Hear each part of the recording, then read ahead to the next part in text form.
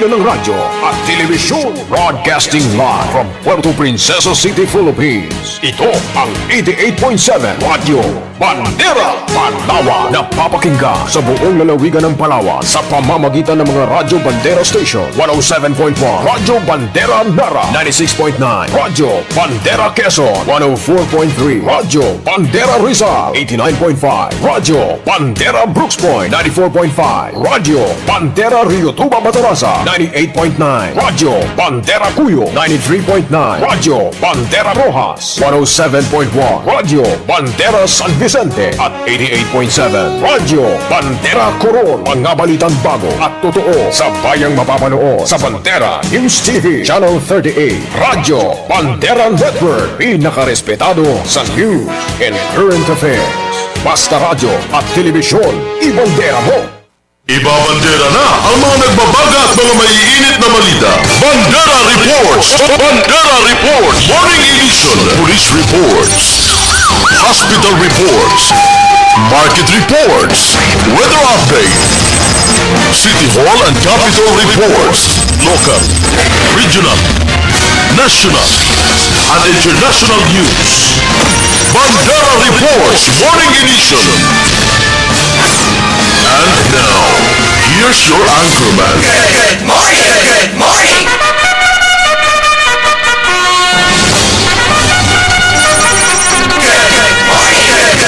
Mabuhay Pilipinas! Mga kaibigan, umaga ng Lunes, ika-14 sa buwan ng Setyembre taong 2020. Live tayo napapakinggan sa buong lalawigan po ng Palawan, mula sa bayan ng Coron hanggang sa bayan po ng Batarasa. Sa pamamagitan po yan ng ating mga Radyo Bandera News FM Relay Stations. Mga kaibigan, dito sa lungsod ng Puerto Princesa, sa bayan po tayo napapanood sa radyo o Bandera News TV Channel 40. Sa inyong mga local antena, taasan nyo lang ng konti, mga kaibigan, makukuha nyo na yung signal ng Radyo Bandera o Bandera News TV Philippines, mga kaibigan, sa Channel 40. Siyempre sa bayan po tayo napapakinggan sa 88.7 Radyo Bandera News FM. Sa mga radyo ho ninyo, pihitin nyo lang ho yung inyong talapihitan sa 88.7. Live na live nyo ho kaming mapapakinggan sa Facebook, mga kaibigan. Kahit nandyan ka pa sa Kingdom of Saudi Arabia, si Kabady Paulo Alfaro, kahit nandyan ka pa sa Saudi, kahit sa Dubai ka pa, kahit saang parte ng daigdig, mga kaibigan, mapapanood ho ninyo kami basta't may internet. I-follow nyo lang ho yung mga link natin, yung Bandera News TV Philippines. Yan po yung ating official Facebook account, Bandera News TV Philippines. I-like ninyo, i-follow para magpa-pop up, mga kaibigan, yung ating mga live program, live streaming. Tignan mo ninyo yung ating mga followers. Yung Radyo Bandera Philippines, meron ho tayong 423,191 followers. Yung Bandera News TV Philippines, meron ho tayong 174,185. Halos 600,000 ho yung ating mga followers. Sa buong mundo po yan, mga kaibigan. Invite ninyo yung inyong mga kaibigan, mga tropa pips, mga kabandera, mga kapamilya, pati mga kapuso. I-invite nyo na ho na mag-follow, mag-like sa atin ho mga official Facebook page, Facebook account, Bandera News TV Philippines. Sa ngalan po ng ating mga kasamahan, dito ko sa punong yung pila ng Radyo Bandera Puerto Princesa, si Kabanderang Bong Nimenyo, Kabanderang Ken Dancil, bahaging technical, radyo at telebisyon. Sa ngalan din ng ating news director, Kabanderang Michelle Rindain, at station manager, Louie La Rosa. Mga kaibigan, ako po ang inyong lingkod, Kabanderang Paul Henderson. Marami tayong pag-uusapan ngayong umaga. Ito muna, unahin muna natin ito. Yung dito sa lungsod ng Puerto Princesa, mamaya siguro kay Kabanderang Bing din to unahin lang nating tignan ito, kabanderang Ken, yung pick up kahapon, mga kaibigan, kung saan, naku, kawawa naman yung mga yung mga sakay nito. Mabuti na lang ligtas ho yung driver ng pick up na nabagsakan ng poste ng napukor. Talaga naman, oo. Ayan ho. Mabuti na lang pick up yung nabagsakan. Paano kung bisikleta ito, motorsiklo, kaya tricycle? Di sigurado deadball yung tao, ang driver nito. Ano bang ginagawa ng mga safety officer kaya dito? Yung napukor na ito. May mga safety officer din ito sila mga kababayan. Actually, pang ano to sa lahat, para sa mga lahat ng mga motorista mag-ingat tayo mag-ingat tayo lalo sa mga poste na yan mga kaibigan. May mga safety officer din yung mga ganitong kumpanya, sigurado tayo dyan. Ang tanong is, anong ginagawa kaya ng mga to? Paano nila sinisecure yung mga ganitong lugar? Lalo na kung tutusok ka ng poste, syempre mayroon muna dapat papara. Ano ba yung mga dapat gawin ng mga taga-gobyerno natin? Kasi ano bang humahawak dito dole ito. Sigurado sa dole ito. Kasi hindi naman government yata yung napukor private din ito Hindi ako nagkakamali. Semi-government ba? Tama. National Power Corporation ito taga-gobyerno. Ano yung magiging investigation? Resulta ng investigasyon dito? Paano hahawakan ito ng dole? Magiging patas kaya? Kawawa naman yung mga sakay nito. Dapat doble-doble yung mga safety warning devices na ginagamit dito.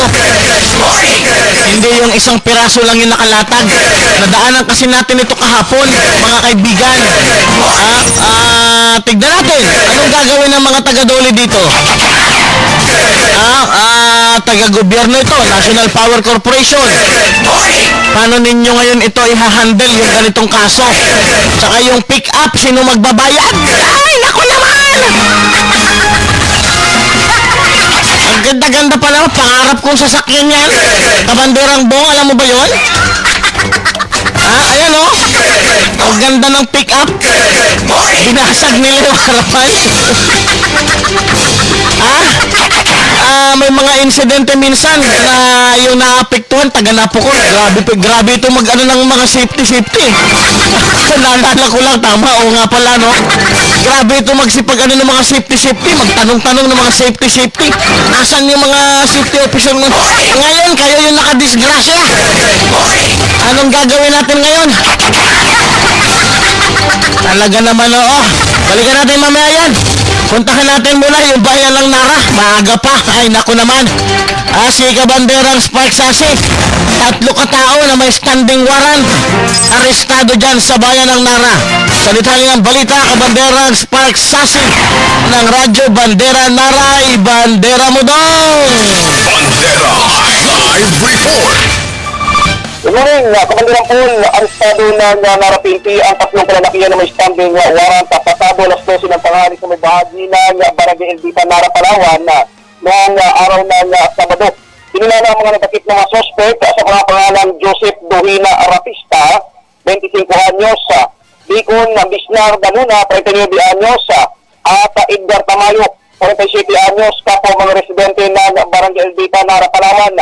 Inaristo ang mga suspect sa bisa ng warrant of arrest na ibinaba ni Honorable Judge Melissa Grace Perona ng Municipal Trial Court Nara sa kasong paglabag sa Section 1 as amended of the Presidential Decree 1602 o illegal gambling sa ilalim ng criminal case number 4164 na may nakalaampihan sa na nagkakalaga ng 13,000 pesos bawat isa para sa pansamantalang itong kalayaan.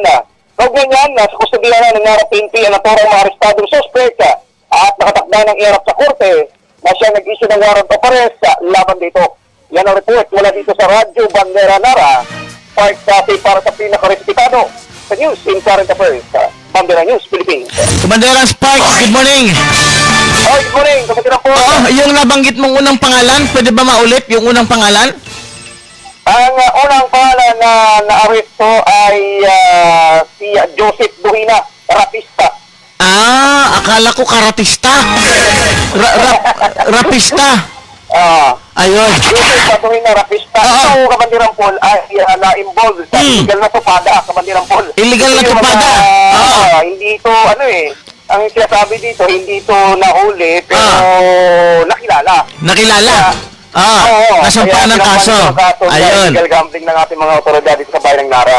Ito yung kasagsagan pa nung biglang nawala yung mga legal na pasabog sa Nara. Ayun. Dahil nagkaroon ng initan. At ang ginawa ng ating mga kabayan dahil may kapating kaso rin. Nakangati. Tupada na lang. Baka may nagchuchu. Hindi ba? Meron. Kasi kung wala hindi ito makasunod. Ay, naku talaga naman. Tupada pa mo.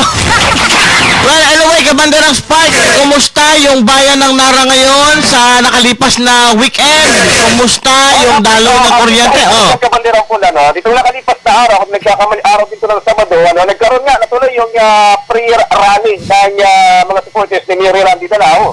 Dahil medyo maulan yung mga araw na yon, medyo kukunti lang yung nakapag-atenda ng prayer rally na ginanap dyan sa may Nara Cathedral natin. Kaya, pero ganun po man, kahit konti lang yung naka-attend sa naturang prayer rally, tinuloy pa rin ito. At yun nga, bilang suporta na rin, panalangin na sana'y maging matatag itong si Miri Randy Danao sa pinaparap niya problema ngayon. At naway maging kahit paano daw sana maging patas rin. Yung magiging labanan kahit ganito na ngayon yung sistema na talaga naman kapigin natin kitagilid talaga sa mga desisyon itong si Mayor Randy Danao, Kabanderang Paul. Hindi pa ba natuloy yung prayer rally sana, Kabanderang Spark? Muntik-muntik na Kabanderang Paul, dahil ang unang video ay open area, kaya umulan. Kaya talaga naman ng ibang binyo, siguro sa nakausap din nila yung ating pura paroko dito sa bayan ng Nara, na doon na muna ituloy sa sa compound ng Nara Catholic Church. Kaya doon na ginawa yung kanilang prayer rally. Lang yung nakapagdalo dahil malakas na yung ulan noong araw na yung Kabanderang Paul. Tawag dito, Kabanderang Spark. Nakalimutan ko itatanong. 12 araw na lang, yun. Inaantay na yung desisyon ng ano bang tawag dito? Ng 13 apostol. Ano ba? Ito ba yung 13 apostol na to na mainit ba itong tinatalakay, pinag-uusapan dyan ng mamamayan ng Nara? Ganun pa rin yung mga naririnig natin. Siyempre, pag may nakakausap tayo, lalo na't dismayado pa rin yung ating mga kababayan, yung ilang lalo mga supporters ni Miri Randy Danao. Ganun ang sabi nila. Pagdating talaga ng inaantay na desisyon na taong bayan sa susunod na mga taon, talagang sabi nila, tatanggalin natin ang dapat tanggalin. Kabanderang Spark, bibigyan kita ng advance info pati yung mamamayan ng Nara. Alam mo ba yung 13 apostol na yan, pagdating ng September 26, 12 na lang. Laging may isang Judas, tandaan mo yan.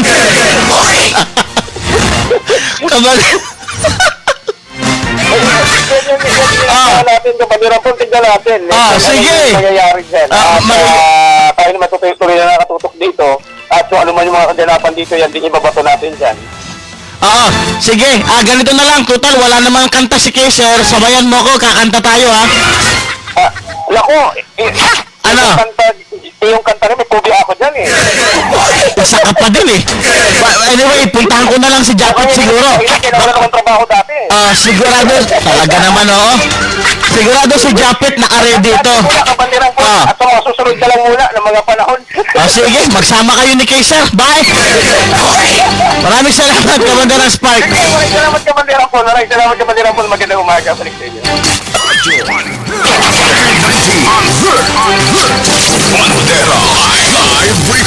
Wala talaga akong tatamaan sa dalawan to. Si Kaiser, pati si Sassy. Anyway, baka dito sa kasunod na reporter meron. Hindi tayo pwede magpatalo sa tambalang Carlo Rosa at Gerald Gales. Puntahan natin yung bayan ng Rojas. Yan, Kabanderang Japet. LGU Araceli na mahagi ng face mask at face shield sa mga barangay ng munisipyo. Sa detalye ng balita, Kabanderang Japet de Saka ng Radyo Bandera Rojas. Ibandera mo dong! COVID-19 Kabanderang Paul na mahagi ng libreng face mask at face shield ang lokal na pamahalaan ng bayan ng Araceli sa 13 barangay ito. Ayon sa Facebook post ng munisipyo ng Araceli, prioridad umano kasi ng lokal na pamahalaan ngayon na siguraduhin sapat at natutugunan ang pangailangan ng mga frontliner at mga residente ng bawat barangay. Kabilang sa naipamahagyang mahigit 14,000 washable face mask, mahigit 1,000 disposable face mask, face shield, mga tent, solar lights, thermal scanners, galon ng sunrocks at alcohol, foot bath at sprayer. Ang nasabing mga gamit ay gagamitin ng mga frontliner at ipapamahagi naman sa mga residente ng barangay upang masigurong protektado laban sa COVID-19 ang mga residente ng bayan ng Araceli. Samantala, ang pundong ginamit sa pamamili ng mga nasabing kagamitan ito ay mula sa 20% development fund ng munisipyo. Ayon sunod sa napagkasunduan ay sinagawa ng Municipal Development Council meeting sa bayan ng Araceli. Mula dito sa Radyo Bandera Rojas, Japet de Saka para sa pinaka-respetado sa News and Current Affairs, Bandera News Philippines. Kabanderang Japet! Alam na! Yan yung Merry Christmas. Ay, nako naman! Sabayan mo ako! Alam mo yung Jingle Bell? Sige, nangangaroling ako, Kabanderang Paul. Yan! Mga ngaroling tayo! Malay mo, may dumating na breakfast! Di ba? Sige, 1, 2, 3! Jingle bells! Jingle bells! Ayusin mo naman! Sabay tayo! 1, 2, 3! Okay. Jingle bells, jingle bells, jingle all the way. Oh, what fun! The way. Ano ba naman sige na. Maraming salamat na lang, Kabanderang Japet. Kumusta muna yung bayan ng Rojas? Walang practice? Wala kasi Kabanderang Paul, wala akong Walang bell. Sige. Kumusta yung bayan ng Rojas? Yung daloy ng kuryente at yung panahon, Kabanderang Japet. Kabanderang Paul, sa ating daloy ng kuryente, ganun pa rin tuloy yung araw-araw na naranasan nating blackout dito. Talagang nagmalang araw na wala mag-blackout dito sa munisipyo ng Rojas. Alam mo ng ating panahon, kalingin yung panahon natin dito sa bayan ng Rojas. At ang bandang hapon ay nakakaranas tayo ng mga pag-inagbadan. Yan yung pinakahuli na report. Ito sa bayan ng Rojas, Japet de Saka ang nagandang na umaga.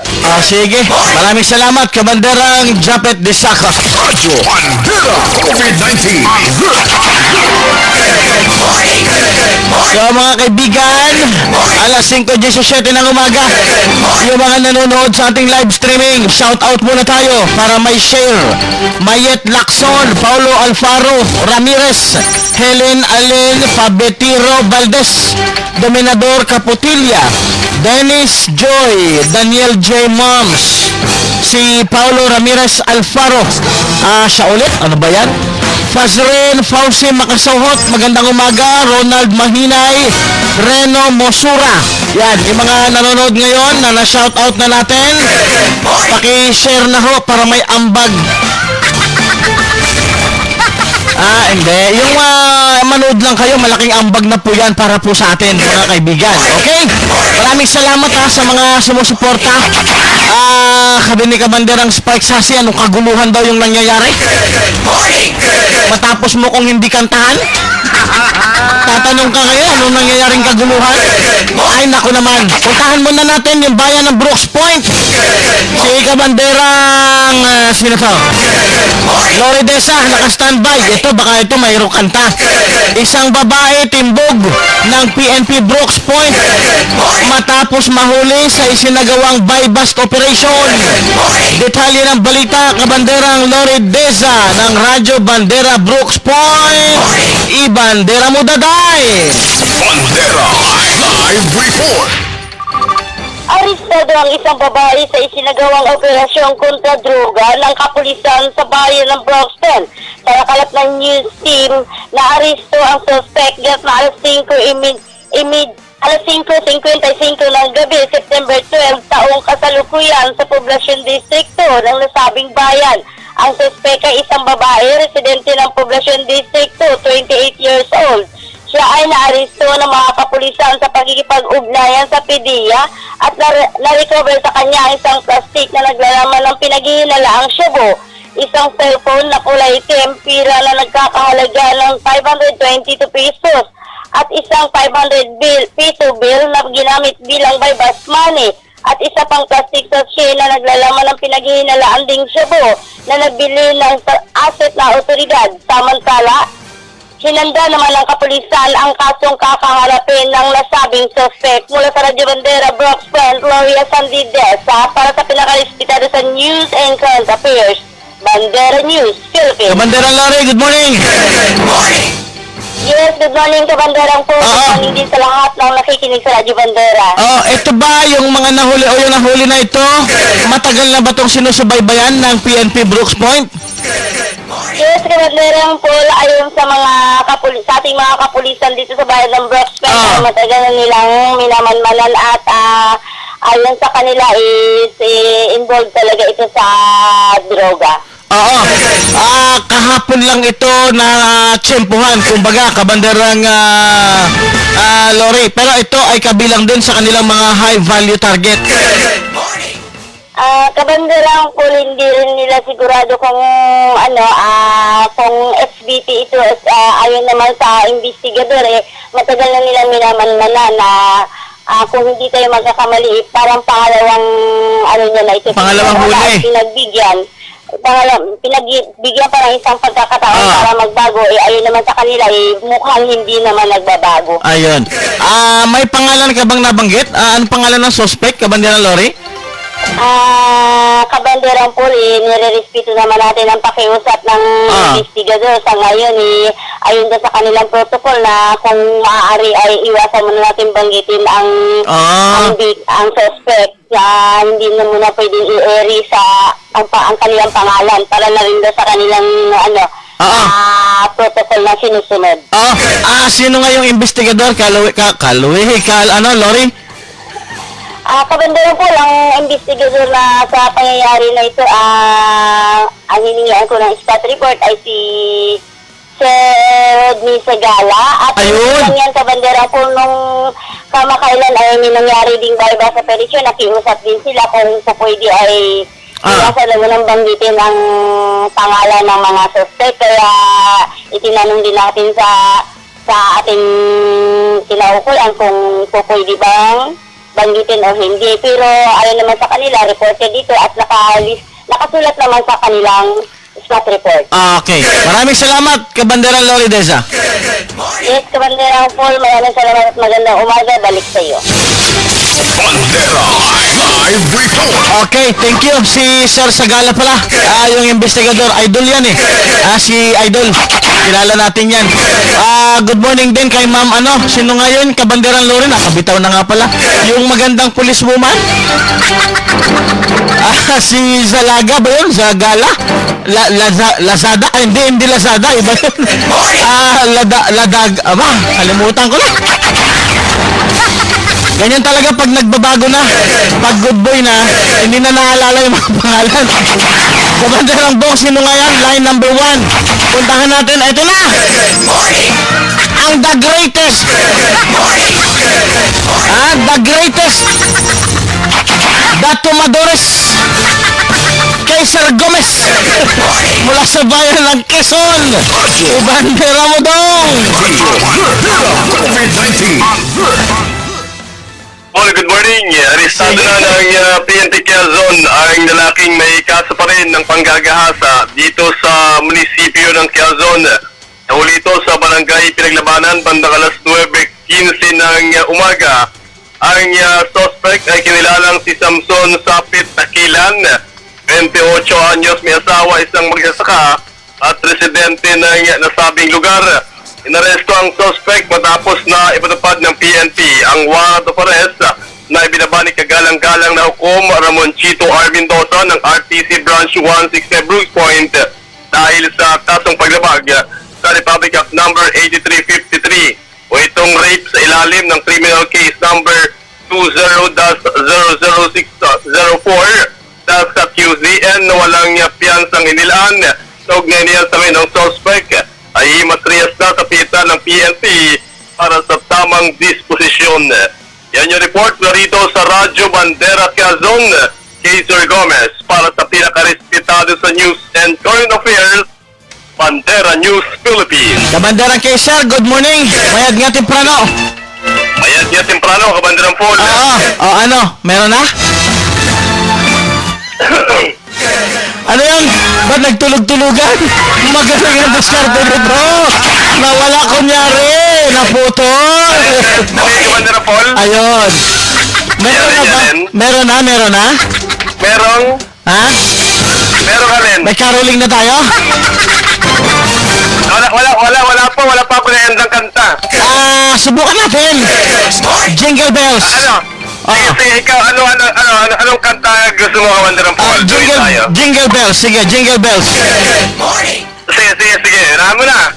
Okay, 1, 2, 3. Jingle bells, jingle bells, jingle all the way.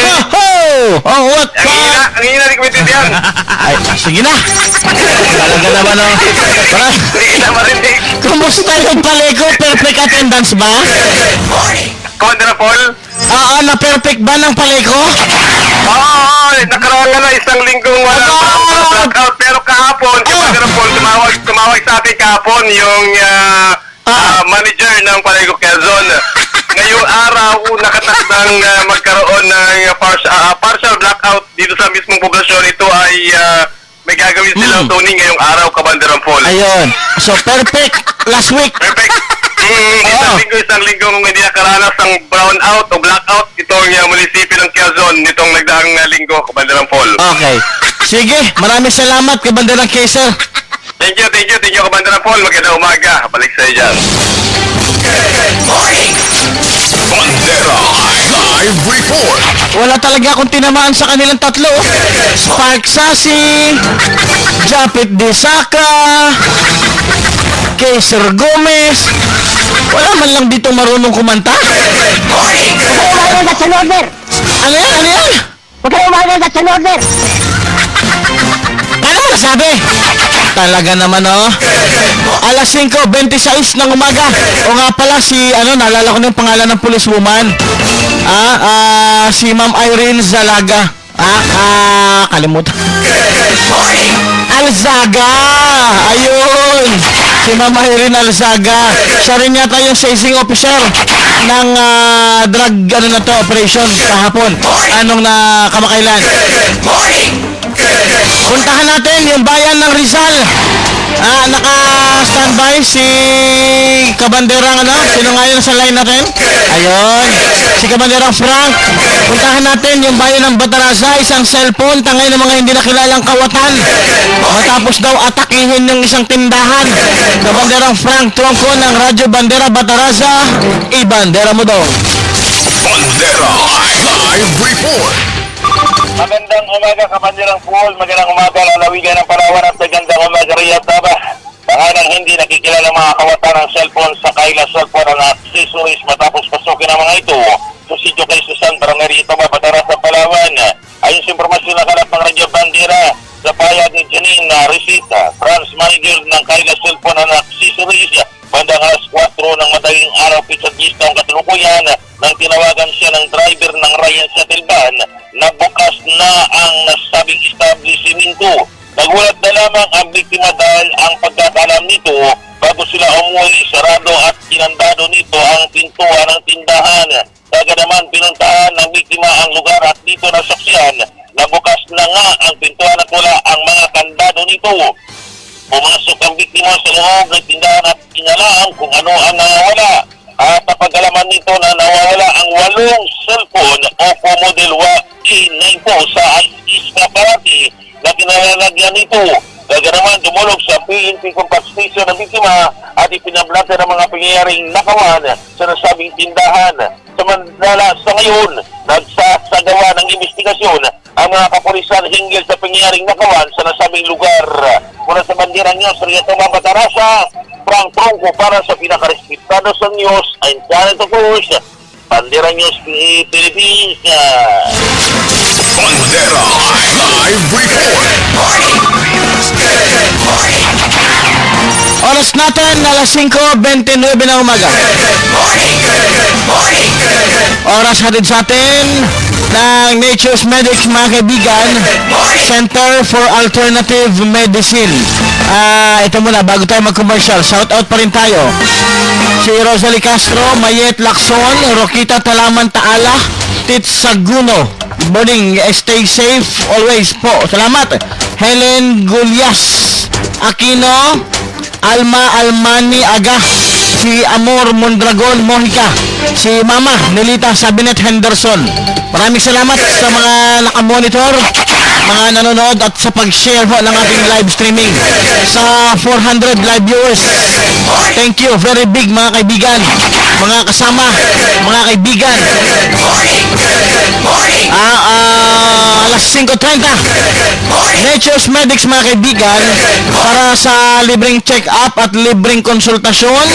Pumunta lang po kayo dito sa punong himpilan ng Radyo Bandera, Puerto Princesa. Sa Rizal Avenue, corner ng Roa Street, Makasait Commercial Complex. Yan, ha? Para ma-avail natin yung libreng check-up at libreng konsultasyon, kailangan nating mahanap si Doc Glenn Sanico.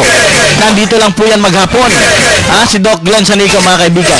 Nature's Medic, Center for Alternative Medicine. Pabalik po ang Bandera Reports Morning Edition. Nature's Medic Anniversary Raffle Bonanza.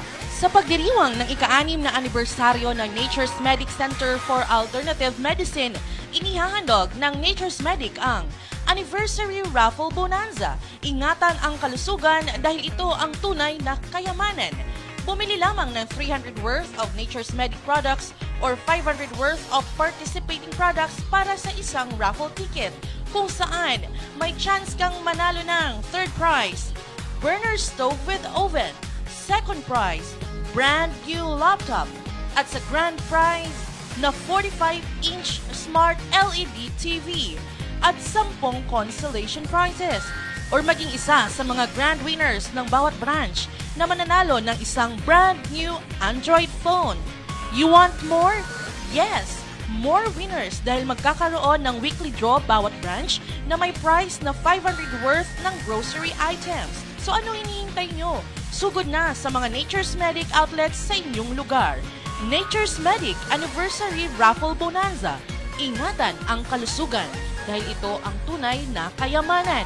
Promo starts on September 7 until November 23. Grand draw is on November 25. Basta balita at impormasyon, dito na tayo sa nangunguna. Bawat segundo, may kaganapan sa lipunan na dapat nating malaman. I-like at i-share lang ang mga balitang inilalabas sa ating official Facebook page. Huwag kalilimutang i-follow ang ating ikalawang Facebook page, ang Bandera News TV Philippines. Bandera News TV Philippines. Ito po ang inyong kabandera, Bing Bataga. Basta radyo, i-bandera mo!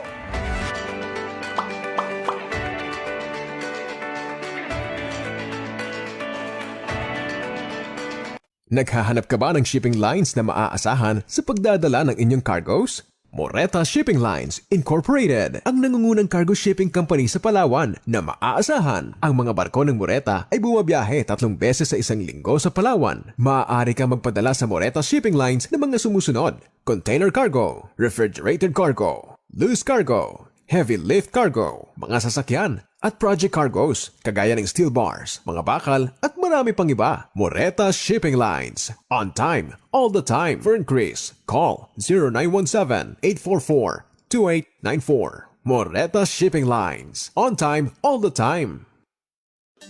Alam niyo ba na marami sa ating mga kababayan ang pinahihirapan ng sakit na diabetes? Alam niyo rin ba na tinatayang nasa 3.9 milyon na Pilipino ang nakakaranas ng sakit na ito?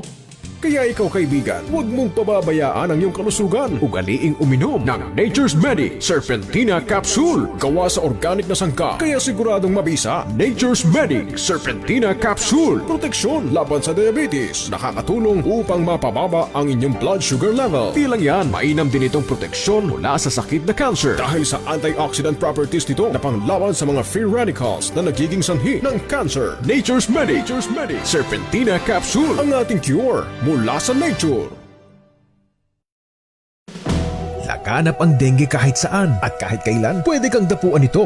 Iwasan ang sakit na dala ng dengue. Gumamit ng Golden Incense Organic Incense Stick. Ang insensong tumataboy sa lamok at iba pang insekto. Golden Incense Organic Incense Stick. Gawa sa natural flower oil. Hindi masakit sa ilong at hindi rin nakakahilo. Golden Incense Organic Incense Stick. The natural enemy of mosquitoes and flies. Available in lavender scent and green citrus scent. Exclusively distributed by Nature's Medic Center for Alternative Medicine.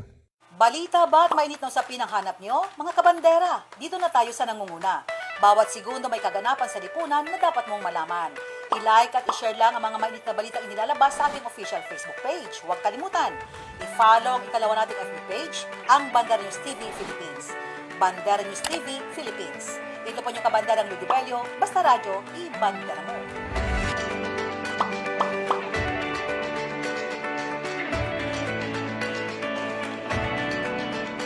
Basta't balita at impormasyon, dito na tayo sa nangunguna. Bawat segundo may kaganapan sa lipunan na dapat mong malaman. I-like at i-share lang ang mga mainit na balitang inilalabas sa ating official Facebook page. Huwag kalimutang i-follow ang ikalawa nating Facebook page, ang Bandera News TV Philippines. Bandera News TV Philippines. Ito po ang inyong kabanderang Louie La Rosa, basta radyo, i-bandera mo.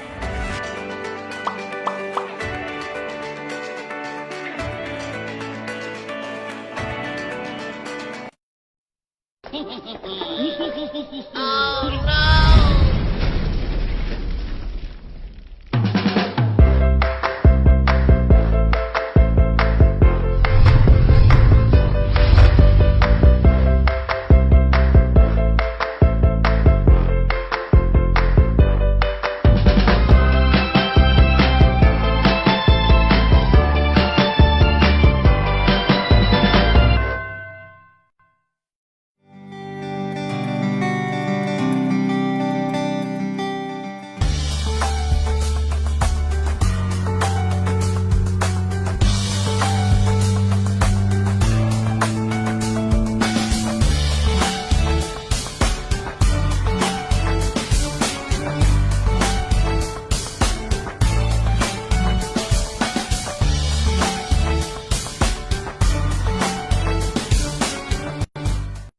X500. Ako si Carmencita Santos, gumagamit ng DTX 4 months na.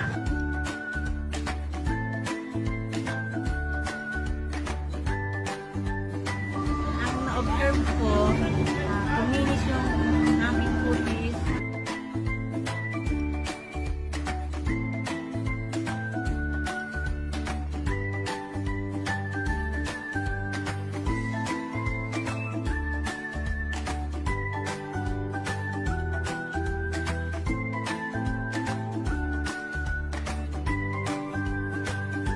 Maganda yung tulog ko.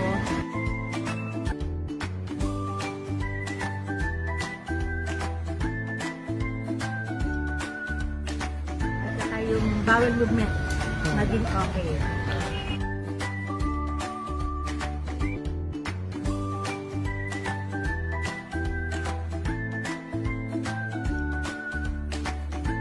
X500. X500. Grabe akong chest pain. Sakit mo dagan sa akong left arm and then sa likod na. So ni-try gyud ko sa DTX 500 last month. Wala na akong chest pain. Take it mo sa DTX. Kay super gid siya ka-effective. O ako di man ko mupati anang herbal, karon mupati nako kay it happened to myself. X500.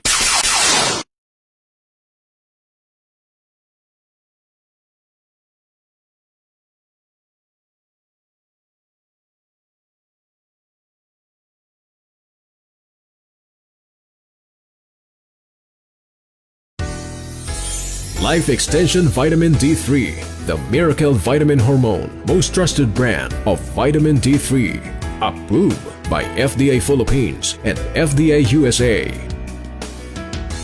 Life Extension Vitamin D3, recommended by medical experts, health scientists in the USA, and recommended by medical doctors in the Philippines. Life Extension Vitamin D3, the most credible vitamin hormone for longer life. And for stroke, cancer, diabetes, heart disease, arthritis, insomnia, hypertension, joint pain, migraine, immune system booster, and calcium balance. Life Extension Vitamin D3 for longer life.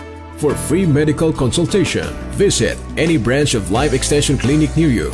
Stay healthy, live better.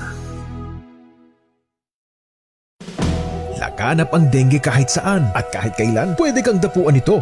Iwasan ang sakit na dala ng dengue. Gumamit ng Golden Incense Organic Incense Stick. Ang insensong tumataboy sa lamok at iba pang insekto. Golden Incense Organic Incense Stick. Gawa sa natural flower oil. Hindi masakit sa ilong at hindi rin nakakahilo. Golden Incense Organic Incense Stick. The natural enemy of mosquitoes and flies. Available in lavender scent and green citrus scent. Exclusively distributed by Nature's Medic Center for Alternative Medicine. Problemang pangkalusugan. Nag-aalangang magpakonsulta dahil iniisip ang gastos. Huwag kang mag-alala kaibigan. Dahil nandito ang Nature's Medic Center for Alternative Medicine para sa libreng konsultasyon araw-araw. Hatid po sa inyo ng Doc Natural Naturopathic and Wellness Clinic. Bukas ang Nature's Medic Clinic at Doc Natural Naturopathic and Wellness Clinic para sa inyong mga katanungang pang-medikal. Ito ay matatagpuan sa Radyo Bandera Compound ng Sambayanang Pilipino. Radyo Bandera. Tahanan ng mga balitang totoo, musikang bago at may serbisyo publikong taos sa puso. 88.7 Radyo Bandera. Iwawagayway ang bandera ng malayang pamamahayag.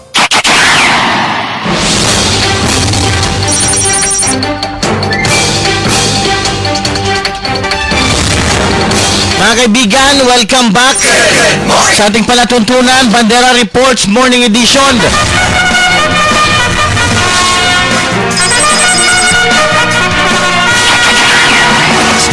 Alas 5:41 ng umaga. Shout out muna bago sa ating mga naka-standby na reporters. Magandang umaga ulit kay Jason Alanis, Arlene Bitalak, Canonico, Rosalie Castro, Bahar Willie, Sha Ems, Noemi Abog.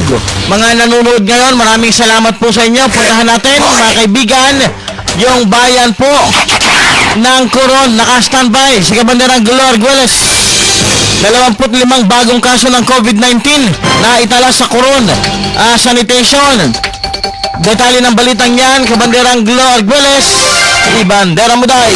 Radyo Bandera COVID-19.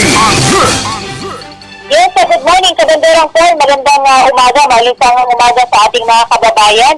Nagsagawa ng sanitation o misting ang mga tauhan ng Bureau of Flood Protection at ng 428 Construction Company dito sa bayan ng Coron. Pinasok ng mga fire truck at ng mga truck ng 428 Construction ang mga maliliit na street ng Barangay Poblacion 1 hanggang Barangay Poblacion 6 upang ma-ensure ang safetyness ng mga kababayan dito. Bagamat talagang sinunod ng mga kababayan natin ang pagiging protocol at pagiging critical zone ng mga barangay, ay minabuti pa rin ang sanitation at misting para kahit paano yung mga frontliner na nagpupunta doon sa mga lugar na yun na namamalengke kasi bawal talaga lumabas, nagpapakisuyo lang sa mga frontliners, ay ma-ensure yung kanilang kaligtasan. At namigay na rin ng mga food pack ang ilang mga barangay sa mga nasa critical zone dito sa bayan ng Coron. At sa Long Island Barangay, tanging ang barangay para pa lamang ang nakapagbibigay ng mga food pack sa kanilang mga kababayan.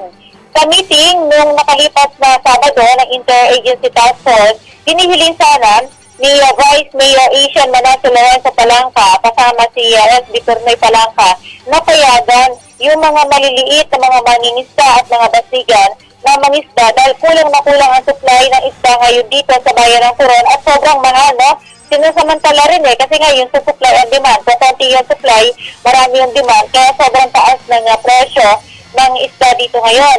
Hindi pinayagan ang mga small fisher folks na mangisda, pero yung mga basigan ay pinayagan naman. Ang hirit pa sana ng mga kababayan dito, partikular sa Barangay Tagumpay, ay yung mga sa barangay na payagan sila na makapangisda para makatulong din na mapababa ang presyo ng isda na sa pamilihan. Pero talagang basigan lang ang pinayagan. Ngayong umaga, sa pinaka-post ng Coron PIO, 25 ang mga bagong kaso ng COVID positive at sila ay nasa isolation facilities maliban sa dalawang naka-confine sa Puliwan Sanitarium and General Hospital. So far, sinusunod ng mga kababayan ang health protocol dito sa bayan ng Coron at talagang wala ka makikitang mga hindi frontliner na umiikot at na namimili at ang nais namin ay talagang matapos na ang aming lockdown na 7 days na lang ang hinihintay namin para sa 21 midnight ay graduate na rin kami sa total lockdown, particular ang 7 barangay dito sa bayan ng Coron. Yan ang report mula dito sa Coron, Global na by Glorious para sa pinaka-respetado sa News and Public Affairs, Bandera News, Philippines. Salamat sa update, Banderang Glorious, mga kaibigan, live mula po dyan sa bayan ng Coron. Yan po yung mga kaganapan ngayon sa bayan ho ng Coron. Magandang umaga muna. Ito, mayroon tayong hawak na listahan. Si Kuya Rick Dalisay, Kim Bonhoc, Amhe Mix, talaga naman kasama si Miss Matet Renren ng isang punerarya dyan ho sa bayan po ng Nara. Mga kaibigan, maraming salamat sa mga nagme-message, mga nagpapaabot ng pabate. Okay, mga nakamonitor yan Maraming salamat. Puntahan natin yung bayan po ng Rizal. Si Kabanderang J. Gamelo naka-standby para sa kanyang balita. Ilang scholar ng DOH na midwifery sa bayan ng Rizal, katuwang ng Municipal Health Office sa pag-obserba sa mga LSI. Detalye ng balita, Kabanderang J. Gamelo. Ibandera mo doon. Yes, magandang umaga, Kabanderang Paul. Samantala sa balita, patuloy pa rin ang pagdating ng mga LSI dito sa bayan ng Rizal. Sa tala ng Municipal Health Office Rizal, mayroong 27 LSI na patuloy na naka-quarantine sa mga facility ng mga barangay. Kaugnay nito, binigyan na ng trabaho ng Municipal Health Office Rizal ang ilang mga midwifery graduates na scholar ng DOH dito sa bayan ng Rizal. Ito'y upang maging katuwang at mag-supervise sa mga LSI na patuloy na dumadating sa mga barangay. Sa panayam ng Radyo Bandera Rizal, kay Rochela Burera, OIC ng Municipal Health Office Rizal, mas magandang i-practice ng mga itong kailang profesyon, lalo't nagkaroon na ng mga LSI ang mga barangay na dating walang naitatalang LSI na dumadating tulad ng Barangay Latod at Kanipaan. Yan ang balita mula dito sa bayan ng Rizal. Jay Magbanwa Camilo para sa pinaka-respetado sa News and Current Affairs, Bandera News, Philippines.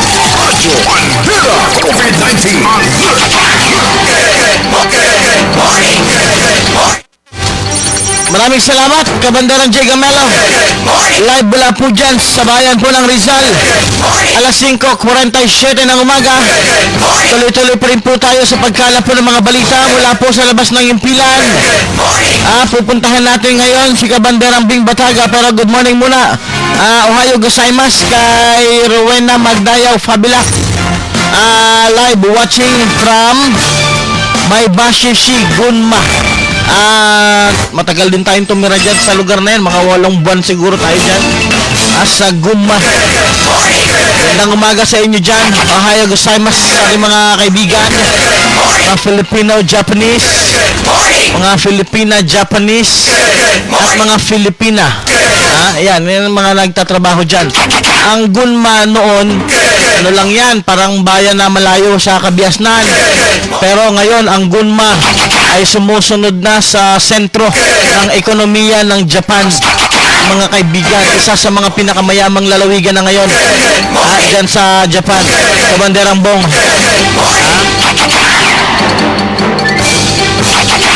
Puntahan natin si Kabanderang Bing Bataga, live mula sa labas ng Impila, naka-standby. Kabanderang Bing, good morning. Bandera Live Report. Magandang umaga, Kabanderang Paul, at magandang umaga sa lahat na panaginip sa buong lalawigan ng Palawan. Maswerteng nakaligtas ang driver ng isang Ford pick-up matapos sa mabagsakan ng nabaling poste ng napuor ang sasakyan nito kahapon ng hapon sa Barangay Siksikan dito sa lungsod ng Puerto Princesa. Kinilala ang driver na si Atty. Nixon Ramirez, may-ari ng pick-up. Ayon sa payag nito, paway na ito ng Nara at sa hindi inaasahan ay bigla itong nabagsakan ng nabaling poste ng napuor. Ayon naman sa ilang saksi sa lugar, naglipat na mga linya ng kuryente ang napuor sa bagong steel post na naitayo ng kumpanya at sa hindi inaasahan ay biglang nabali ang ilang post nito at nabagsakan nga ang naturang sasakyan. Samantala sa ibang balita, wala namang naitayang anumang mga insidente ng karahasan sa buong magdamag dito sa lungsod ng Puerto Princesa. Mula sa labas ng Impilan, Bing Bataga para sa pinaka-respetado sa News and Current Affairs, Bandera News, Philippines. Bandera Live Report. Maraming salamat, Kabanderang Bing Bataga, live alas 5:49 ng umaga. Sa mga watchers, viewers, Silvestre Sarmiento, good morning. Irene Bongay, watching from Rojas, magandang umaga. Gonzales Jean, maraming salamat, watching from Saudi Arabia. Si Evelyn Gonzales from Batangas City, magandang umaga. Santo Tomas, Batangas. Si Joey Dahil, magandang umaga rin. Maraming salamat sa mga nanood. 450 live viewers, maraming salamat po sa inyo lahat. Bukas ulit, magkita-kita tayo at huwag mo kayong bibitaw ngayong umaga, mga kaibigan. Kasunod na ang programang Bandera Balita ngayon ni Carlo La Rosa at Kabanderang Gerald Gales. Mga ilang minuto lang, mga kaibigan. Okay, huwag kayong bibitaw. Sa ngalan po ng ating mga kasamahan dito sa punong himpilan ng Radyo Bandera Puerto Princesa, Kabanderang Bong Nimeño at Kabanderang Ken Dancil. Sa ngalan po ng aming News Director, Kabanderang Michelle Orindain, Station Manager Carlo La Rosa. Pahabol daw, Jason Alanis, Aliana Rian Cuenca, Marjo Mars, Merilos Cabalas. Yan ho. Ako po ang inyong lingkod, Kabanderang Paul Henderson, nag-iwan ng isang maganda at mapagpalang umaga sa ating lahat. Ohio gozaimasu, Pilipinas. Bandera Reports Morning Edition. 88.7